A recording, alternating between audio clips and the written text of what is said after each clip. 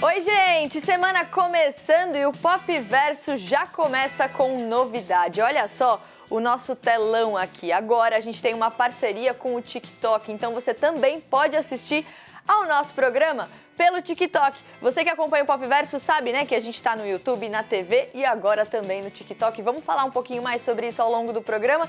Vamos começar logo que tem muita coisa pra gente falar. Roda a vinheta.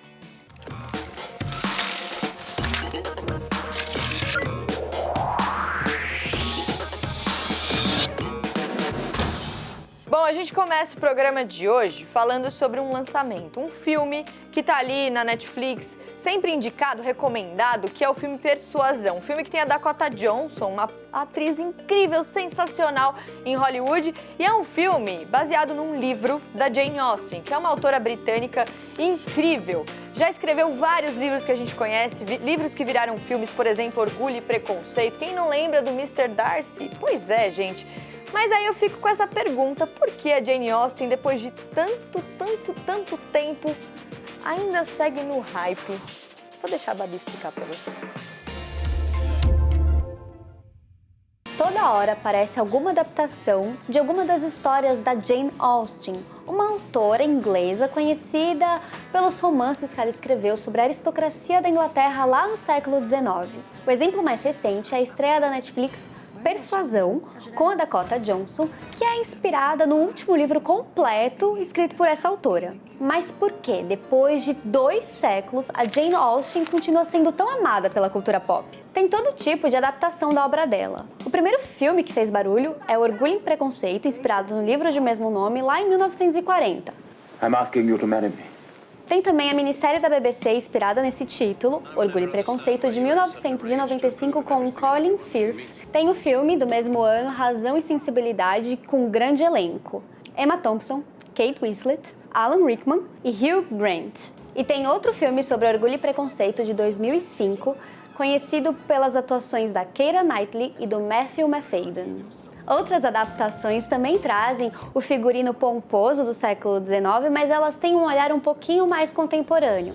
É o caso de Orgulho, Preconceito e Zumbis e de Emma, com a atriz Anya Taylor-Joy. Outras adaptações são uma releitura das histórias da autora e trazem um enredo para um contexto dos dias de hoje, que é o caso de Patricinhas de Beverly Hills, O Diário de Bridget Jones e Fire Island, que traz um casal gay na trama principal. A Judith Wells, que é especialista em literatura inglesa e tem um livro que explora as obras da Jane Austen, acredita que a autora é tão querida porque as histórias dela têm humor e ironia. Ela também diz que as personagens trazem dilemas morais reais, ou seja, a gente consegue se identificar com essas personagens que foram criadas há 200 anos. As próprias protagonistas dos livros trazem vários questionamentos sobre o julgamento da sociedade sobre as mulheres na época, sobre os casamentos arranjados por questões financeiras e sobre a falta de autonomia das mulheres. E se existiam problemas para as mulheres brancas da aristocracia, imagina só para as mulheres negras e pobres. É importante reforçar que a riqueza da aristocracia nessa época foi construída no contexto de escravidão e colonialismo. Agora, conta pra gente na hashtag PopVersoCNN se você já leu ou viu algum filme, alguma obra inspirada nas histórias da Jane Austen. Eu sou muito fã de Orgulho e Preconceito, mas a gente fala sobre isso em outro momento, porque o Pop Verso de hoje está muito especial. É hoje que a gente anuncia a nossa parceria com o TikTok. A Babi tá ali, ó. A Babi ia até sentar, mas ela falou, vou ficar de pé. Pra Tem não que tirar, valorizar, né? tem que Valorizar essa parceria TikTok e Pop Verso. Vou até mostrar aqui no meu celular, porque agora a gente tem uma página exclusiva do Pop Verso. Olha que chique, gente, lá no TikTok. E agora você também pode assistir ao programa às 8 da noite e ver todos os conteúdos que a gente publica. Tem o Sem Filtro, tem Bastidor e muito mais. E aí, a gente tá aqui falando sobre literatura, né, Babi? Pode sentar, fique à vontade aqui pra gente conversar um pouquinho mais sobre isso. A gente falou sobre Jane Austen, mas é muito importante que a gente tenha redes sociais como o TikTok, por exemplo, influenciando criadores de conteúdo sobre esse assunto, né? Isso, Mari. Para a gente ter uma ideia do poder das redes sociais para impulsionar a venda de livros. De 2020 para 2021, a gente teve um aumento de quase 40%, 39% na venda de exemplares. Ano passado, a gente vendeu mais ou menos 36 milhões de livros. E, bom, A Bienal, né, que aconteceu poucas semanas atrás aqui em São Paulo, ela tinha um stand de indicações de livros do TikTok. O público da Bienal até cresceu em relação à última edição que foi presencial, que foi mais ou menos lá em 2018. O público cresceu e muitos adolescentes foram, né, comparecer à Bienal, e a gente acredita que tem uma relação aí com os booktokers. É muito legal, a Babi fala até feliz, assim, ela não tira o sorriso da cara, que a Babi, ela gosta muito de livros aqui do nosso time do Popverso, ela que mais curte. E aí, a gente pensando nisso, nessa parceria com o TikTok, nesse assunto, nesse tal termo booktoker, que é a galera que fala de livros no TikTok, a gente resolveu então convidar um booktoker, o Patrick Torres, ele tá aqui com a gente. Patrick, que legal ter você aqui. Você precisava ter uma estante de livros, né, atrás, porque é isso. Na pandemia a gente viu a galera colocando umas estantes fakes, mas a sua eu sei que é de verdade. E eu queria, Patrick, só te perguntar uma coisa. Como é pra você hoje ser uma influência pra galera mais jovem, pra consumir mais livros mesmo, pra literatura? Qual é o desafio de ser essa figura e o que você já alcançou com esse espaço? Olha, eu confesso pra vocês que é tudo muito novo, assim, sabe? Eu comecei no TikTok no ano passado e eu acho que ter acompanhado o crescimento da plataforma e ter estado junto com outros influenciadores e outros criadores que também fizeram esse movimento acontecer, fez com que eu percebesse o impacto e o poder das redes sociais na influência literária, né? Para que a gente conseguisse aumentar o número de leitores no Brasil. E usar as redes sociais como uma ferramenta para tentar impulsionar esse número é um jeito interessante de fazer com que esse número cresça de verdade. E estar no meio de tudo isso, né, com estratégias ali que fazem com que o espectador se engaje no conteúdo literário, é muito novo, mas ao mesmo tempo é muito gostoso, porque eu sinto que eu tenho participado de uma revolução, assim, de certa forma, né? O BookTok, que é essa comunidade onde a gente consegue, de certa forma, trazer, né, novas pessoas para esse mundo literário, instigar a vontade de ler em novas pessoas, e fazer parte de tudo isso é muito gratificante, é muito gostoso, e eu tenho gostado muito da experiência. Com certeza, parabéns pelo trabalho, e é isso, é um desafio muito grande você falar sobre um universo tão gigantesco ali, num tempo limitado, né? Porque a gente sabe que pra galera pular de um vídeo pro outro é disputar a atenção de todo mundo. Então, parabéns por esse trabalho. A gente colocou o @ do Patrick ali pra você seguir. Patrick, muito rápido, uma dica de livro. Dom Casmurro, do Machado de Assis. É isso, então é assim que a gente encerra. Babizinha, obrigada, viu? Obrigada, Mari. Obrigada, Patrick. Hora de notícia, rolou aqui em São Paulo a CCXP Awards, a primeira vez que rolou esse evento. Quando a gente fala de CCXP, a gente está falando de Comic Con Experience, que é um evento que aqui no Brasil já bate recorde de audiência quase todo ano, um evento de cultura pop. E agora tem então a premiação. O objetivo dessa premiação é fazer o quê? Coroar as melhores obras nacionais e internacionais em 6 categorias: filme, série, quadrinhos, games, esportes, creators, literatura. Eu fui jurada, inclusive, tá, gente, de uma dessas categorias esse ano, então tô muito feliz. E olha só, vamos aqui mostrar os grandes premiados da noite. Melhor atriz em série, Lineker, por Manhãs de Setembro. Melhor série brasileira, Sob Pressão, uma série que mostra um hospital público ali, série do Globoplay. Melhor streamer masculino, Casimiro, para felicidade do time Popverso. Aqui a galera é fã do Casimiro. Melhor mesa cast, o Podpah, sensacional. Melhor podcast, Mano a Mano com o Mano Brown. Melhor fandom, que é ali os fãs, né? E aí já tá na tela o fandom da Carla Dias, o Borboletário. E melhor ator em filme, Seu Jorge, pelo filme Marighella. Melhor filme nacional, A Última Floresta, do Luiz Bolognese. Vamos dar uma olhadinha, então, como foi esse evento? Porque o time Popverso, claro, estava lá. Popverso não ia perder o CCXP Awards na Sala São Paulo, o primeiro prêmio aqui no Brasil. E é claro que a gente veio ouvir quem veio participar aqui do tapete vermelho da cerimônia. Existem uma base enorme de fãs no Brasil para a cultura pop.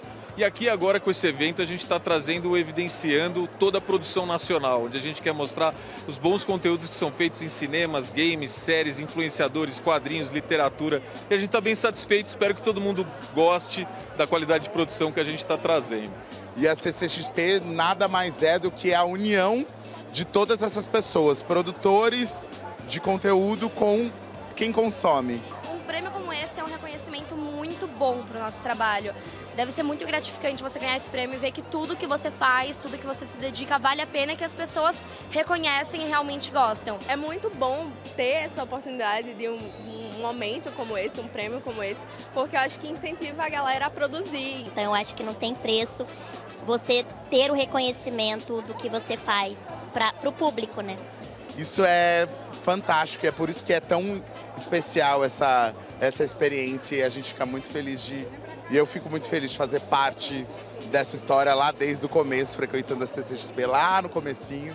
E acho que um prêmio ele tem a capacidade também de que a gente se reúne e entenda que existe uma gama de projetos acontecendo não só no Brasil, mas no mundo inteiro e que é importante que a gente esteja de olhos abertos. Eu desejo sorte para todos.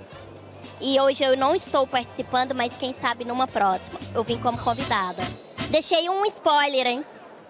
Olha, pequena Lô, a gente vota em você, porque eu também queria usar esse momento aqui para expor o nosso time, porque eu tava nesse tapete vermelho. Por que ninguém falou comigo? Ah, tá. Quando tem essa galera super famosa, aí vocês esquecem de Mariana, né? Tô bem de olho em vocês, mas ó, não é o único conteúdo que a gente fez na CCXP Awards, então ao longo da semana a gente vai mostrar mais. Quem sabe eu apareço.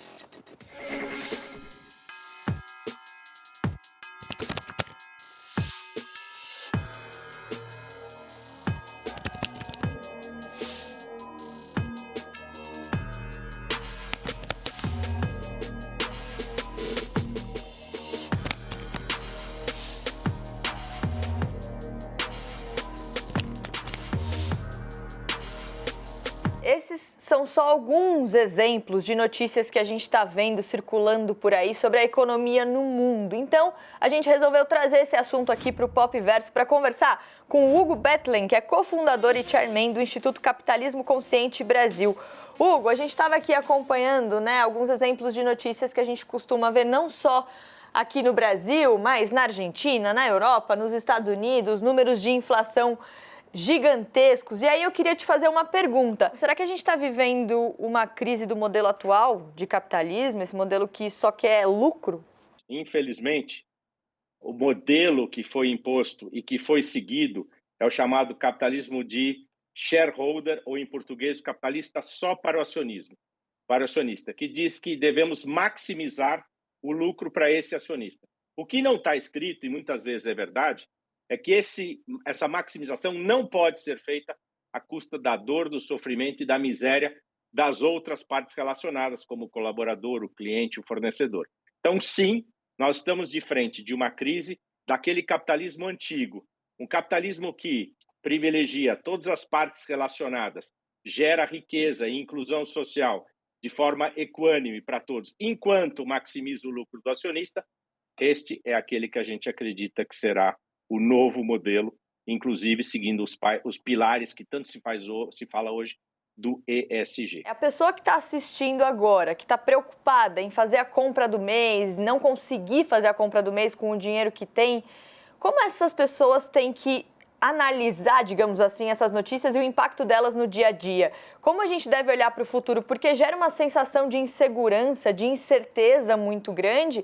E quando a gente fala de Brasil, a gente está falando muitas vezes de sobrevivência. Então, como olhar para isso ali? A pessoa que está assistindo aqui só quer saber qual é a diferença que isso vai ter na vida dela. Existe uma possibilidade da gente ver esta inflação diminuindo, né, num período mais curto do que se imaginava. Então, o que fazer? Será que a hora que eu recebo, eu corro para o supermercado, faço o meu abastecimento básico, como se fazia na época da inflação? Talvez seja um caminho. Priorizar aquilo que é fundamental. O que é?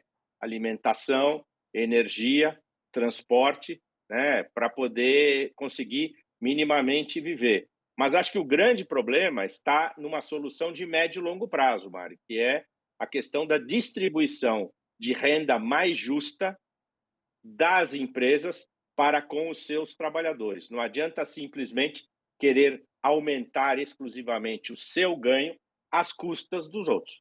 Hugo, obrigada pela participação aqui. Infelizmente, nosso tempo é curtinho para falar sobre isso, mas você que está aí assistindo, é só ficar de olho na programação da CNN, que a gente está sempre de olho nessas notícias.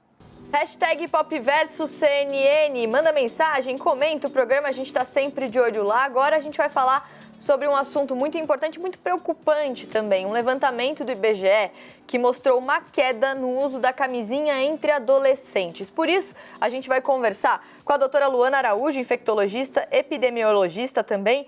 Doutora, que prazer ter você aqui, ainda mais com uma camiseta belíssima, eu devo dizer. Isso é uma homenagem, Mari, que eu sei que você é uma pessoa ligada nisso tanto quanto eu. Fico muito feliz de estar aqui. Obrigada pelo convite. Eu que agradeço. Doutora, a gente está falando então desse levantamento do IBGE, eu vou até mostrar o dado aqui. De 2009 a 2019, o percentual de adolescentes ali de 13 a 17 anos que usaram preservativo na última relação sexual caiu de 72,5% para 59%. A gente está com a reportagem aí na tela, né, com os dados do IBGE. A gente está falando de uma geração que, enfim, consome muito conteúdo, consome muita coisa. Esse dado é preocupante. O que significa isso para a gente? Será que a gente, de repente, não está orientando do jeito que deveria? Mari, é terrivelmente preocupante, né? Primeiro, porque acessar conteúdo não significa acessar o conteúdo correto, né? E nem que a informação útil, aquela que mais vai fazer diferença na vida das pessoas, está de fato chegando para quem precisa. Então, essa ideia de que, não, o adolescente é um sujeito antenado, está na internet o dia inteiro, isso vai chegar automaticamente para ele, ela não é real. Se a gente lembrar dos anos 90, quem ainda se lembra dos anos 90, vai lembrar que a gente tinha campanhas em TV aberta sobre o uso de camisinha, principalmente em períodos onde a gente sabia que esse uso era menos frequente, como o carnaval, por exemplo, ainda existia essa sazonalidade nessa história. Isso estava presente o tempo inteiro e isso chegava às pessoas. Hoje a gente não tem essas campanhas, hoje a camisinha ficou para essa geração como algo que só protege contra a gravidez indesejada e para a gravidez indesejada bota na conta da mulher que ela tem a pílula e tem pílula do dia seguinte, então eu não preciso muito me esmerar nesse sentido, sabe? Essa geração é uma geração que não entende infecção sexualmente transmissível como um problema. A gente não fala sobre sífilis, a gente não fala sobre gonorreia, a gente não fala sobre HIV, e são doenças que podem passar despercebidas por um longo período, podem causar problemas agudos, podem causar problemas crônicos, podem levar à infertilidade ou a outras doenças, né, apresentações muito mais graves.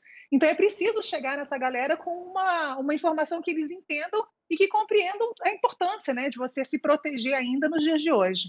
Quando você fala em botar na conta da mulher, eu tô aqui pensando, né, mais uma coisa na conta da mulher, mais uma coisa no nosso ombro. Agora, doutora, a gente está falando ali dessa idade, né, de 13 a 17 anos, que é uma idade que muitas vezes pode existir uma dificuldade de conversa até mesmo dentro de casa, né? Você falar sobre sexo, sobre educação sexual com os pais, rola um tabu mesmo. Então, vamos supor aqui que a gente esteja conversando com os próprios pais ou com os adolescentes.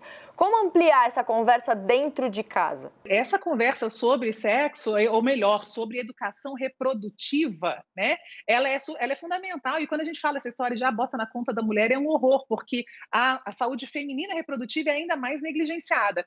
Mas, assim, além de precisar estar dentro da escola de uma maneira natural e lógica e científica, não é maluquice, né?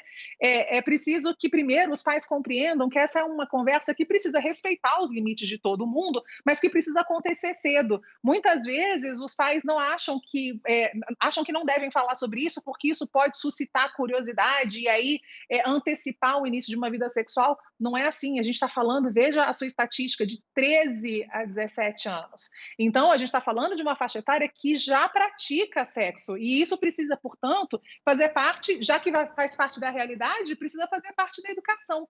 Então, conversar dentro dos limites, perguntar, se colocar à disposição, é sempre muito importante você dar múltiplas formas de acesso a essa informação para o adolescente, seja dentro de casa, seja na escola, seja na internet, seja com os amigos. É importante que a informação correta chegue por várias fontes possíveis. E é isso, né? A gente está falando de uma proteção não só contra a gravidez indesejada, mas também contra infecções sexualmente transmissíveis. É muito importante que a gente reforce isso. Então, doutora, obrigada pela participação aqui.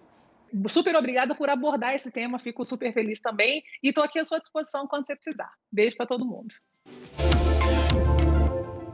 Vamos falar da Luísa Sons, ela que tem 2 motivos para comemorar hoje. Primeiro aniversário dela, 24 anos, então parabéns, Luísa, do nosso time Pop Verso. O segundo motivo é que ela está lançando o novo single dela, Cachorrinhas, e ela diz que esse single marca o fim de uma era na carreira dela, ela que tá prometendo grandes mudanças aí pro ano que vem. Já saiu até imagens desse single, ela com um look totalmente diferente, né, com cabelo mais escuro, uma vibe mais rock and roll.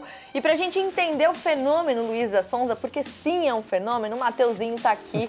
Matheus, falar de Luísa é falar de números absurdos. Absurdos. É a gente falar de looks incríveis, coreografia, visual, é tudo. Olha, Mari, só no Instagram ela tem 29,6 milhões de seguidores. É bastante coisa. Mas isso assim, ela compartilha não só a vida dela pessoal, mas bastidores. Ela entrega tudo que os fãs querem, assim, em questão de bastidor. Inclusive, spoilers. Você tava falando de cachorrinha. Esse post aí foi quando ela assinou o contrato com a Sony Music.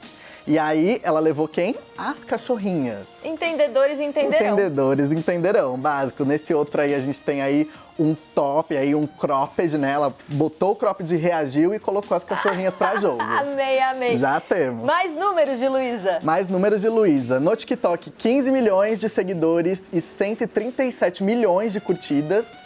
No YouTube, 7 milhões e meio de inscritos. Twitter, de 2019 até agora, a Luísa Sonza ela foi tema de mais de 17 milhões de tweets em todo o mundo. Detalhe, não só no Brasil. E é muito curioso e às vezes muito complexo esse movimento, porque a Luísa mesmo já foi muito criticada por aparência, por atitudes, e ela sempre fala sobre como a mulher é atacada. Então, às vezes, a gente está falando aqui de tweets em que ela foi mencionada, não necessariamente a gente está falando de tweets mencionando de um jeito positivo. A Luísa sofre muito em relação a isso e já se posicionou muito também. Exatamente, Mari. É isso, gente. Falar de Luísa é falar de milhões. Então, parabéns, Luísa. Continue aumentando esses números que o time Popverso com certeza é fã, né? Com certeza, muito. Já estamos com a joelheira pronta aqui para esse novo hit. Olha, fale por você que acha que... Não consigo. Bom, a gente encerra o programa de hoje com amor, com uma história linda de amor do Ben Affleck com a Jennifer Lopez. Eles casaram, não contaram pra ninguém, mas a gente descobre. Olha a foto deles aí na tela, belíssimos. Lembrando que é uma história de 20 anos, né? Eles começaram a namorar ali em 2002, terminaram e voltaram no ano passado, agora casaram, estão aí felizes. Então, para encerrar o programa de hoje, para desejar muita felicidade para esse casalzão que a gente ama, vamos terminar com um clipe da Jennifer Lopez, o Jenny from the Block, que é um clipe lá de trás, mas que tem a participação do Ben Affleck na primeira fase do namoro deles. É isso, gente. Beijo para vocês. Até amanhã.